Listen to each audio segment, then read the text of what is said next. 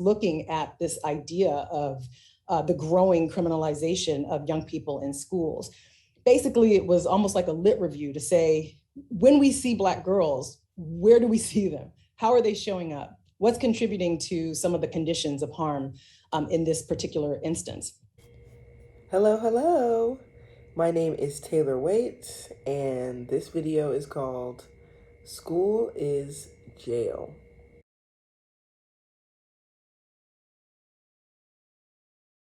Writing is the only way I know to make sense of the world. At the age of 4, I was confused about growing up and what that journey meant. I wrote short stories every day that planned out all of my major life events, including my death. I then made my mom laminate and bind together all of my short stories in preparation for my impending autobiography, My Life. In 5th grade, I started a neighborhood newspaper, What's Going On, filled with movie reviews, pool hours, and stories about chasing the ice cream truck at night. This idea sparked in my friend's basement as I was being kicked out of our social circle because no one wanted to spend their summer being annoyed by a weirdo. As high school approached, I expected that my writing would eventually help me not only understand my world, but the world around me. I dreamt of participating in classes that would challenge me as a writer, read novels to further my understanding, and having a teacher that would confront my frame of reference. But during high school, something that I once used to use as a way to make sense of the world became the reason why I stopped trying to make sense of anything. My classmates and I were told daily by our English teachers that we were unteachable. We were assigned crossword puzzles, given prompts like, explain why math and science is the best choice of career. Once I suggested reading books from authors I could relate to, like Toni Morrison or Alice Walker, so as to break up the monotony of European romantics. In response to my request, my teacher emphatically refused and called me selfish for wanting the whole class to read something only I can understand. To add insult to injury, after reading Push, a novel by Sapphire, a book written totally in African-American vernacular English, I wrote a think piece about Romeo and Juliet in AAVE as an assignment. My teacher lifted my paper in front of the whole class and said that my paper was the best bad example of an academic paper. My experiences led me to succumb to my literature teacher's perhaps well-meaning advice and pursue a degree in the sciences, specifically speech pathology, as my college major, because according to her, there would be minimal writing assignments and no hard thinking involved. It wasn't until my junior year of college that I learned about the systems built to disenfranchise Black girls in school. This wasn't just a me problem. The studies are showing proof. School is jail.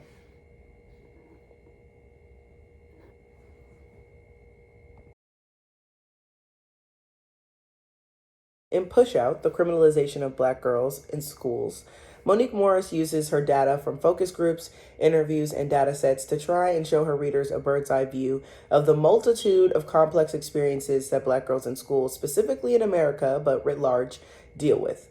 She elevates the stories of Black girl lived experiences of being pushed out of school and into sex trafficking, jail, or in otherwise vulnerable situations.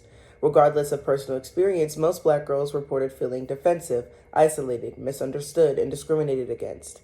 Transgender Black girls and gender nonconforming Black children experience more violence at school and from social services than cisgender girls on average. Her intention in writing the book, doing the research, creating a whole movie behind this is to encourage us, those with influence, to make the lives of Black girls more generative. However, current practices for dealing with alternative behavior of Black girls in schools lead them to more victimization, delinquency, and even death. Since schools deal with alternative behaviors of children by incarcerating them at alternative schools, juvenile facilities, and specialized spaces on campus, school is jail. I'm using the lived experiences of those who are at the highest risk of being pushed out of schools and into these violent systems in America: Black girls, cis, trans, and gender nonconforming.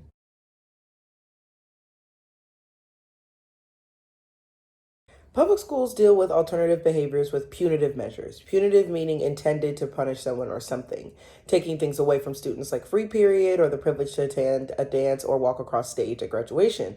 Punishing students with detention, suspension, or expulsion. These acts are meant to mimic society in terms of you act up, you get thrown in jail.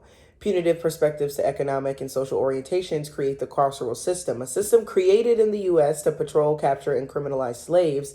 Now the system is used against Black children in efforts to socialize them and knock out negative behaviors. As Dr. Morris emphasizes in her book and movie, school police officers often perpetuate discriminatory practices on school campuses, leaving Black children thrown, assaulted, shot, and taken to jail on school property in front of their peers. A quick search of school fight with officer on YouTube can show you the problems.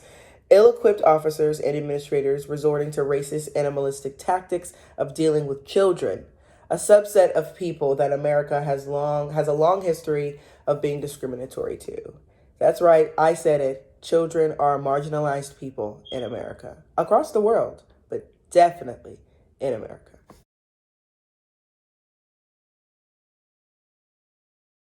I want to bring up the state of the child welfare system in America.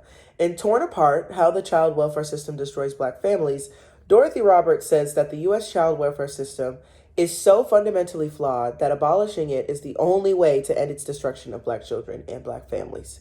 Thomas J. Davis summarizes the book aims by saying, her chapters reveal the disproportionately racial dimensions of government agents invading poor and low-income communities, casting children into a foster care industrial complex where they are routinely entangled in the carceral state. It exposes the ugly demographics and politics of America's destructive family policing child welfare system that Roberts conjoins with oppressive policies of mass incarceration and welfare restructuring that seek to entrench Black subordination. I live in Pennsylvania, right? And I'm a teacher, right? During the pandemic, public schools started mandating attendance using an online system to track students' participation. If a student missed too many days online, a report is automatically sent to the state and recorded. An agent then must come to the home and double check the safety of the home, the child's access to basic needs, as well as the internet. A few weeks into the 2020 school year, I noticed a lot of my Black parents getting agents sent to their home because of their child's attendance. However, these children were always in class. I asked why hadn't the agency contacted the teacher to double check that. Yes, in fact, these students are not here, and was given the answer to trust the system. So now these Black families who have done nothing wrong are being subjected to random searches by the state. You can imagine the BS that was the rest of the school year. Lines of parents in court, students continuing to be counted missing after multiple home visits, and lots of unnecessary house searching.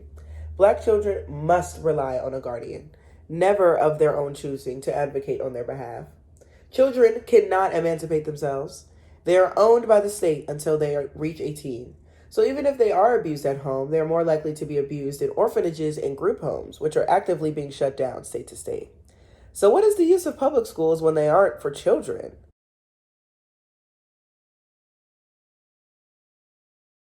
So all I'm trying to say is schools, like any other carceral institution, are just meant to police students, their behavior, regardless of their race and gender. However, since these institutions mimic society in real life, we know which children and students are most likely to be susceptible to surveillance, observation, and to the demonization of their behaviors. And that would be specifically Black trans girls, Black gender nonconforming girls, Black queer girls in school, but more outwardly Black girls writ large across the nation, truly, and across the world. Schooling Black girls and schooling girls is continuously and has been, even in America, a hot button topic as to not whether or not women and non-men are allowed the same freedoms as men. And it's going to continue to be an issue. So what can we do, Tay? What can we do to help elevate the fact that this is going to continue to be an issue, to help elevate the pandemic that is the pushing out of Black girls into sex work, into death, and into vulnerable situations when schools are unprepared to deal with alternative behaviors? What is there that we can do? You can support legislation like the Push Out Act that supports more counselors on campus and not more police. If voting is barred from you or dangerous for you to do, consider volunteering to act as advocates for students in schools. Learn of school injustices in your area and empower students to fight for their rights. But if you are a parent of a Black child, maybe consider alternative methods of schooling if possible. More and more states, especially with COVID, are offering free educational opportunities with varying levels of assistance. You can also directly support those who are leading continuing the conversation, like Ayanna Pressley, organizations like Justice for Black Girls, and make donations to organizations in your own communities assisting girls with alternative behaviors. This was my short mini essay called School is Jail, for another round of discourse. I am Sailor Waits, signing off. See y'all next time.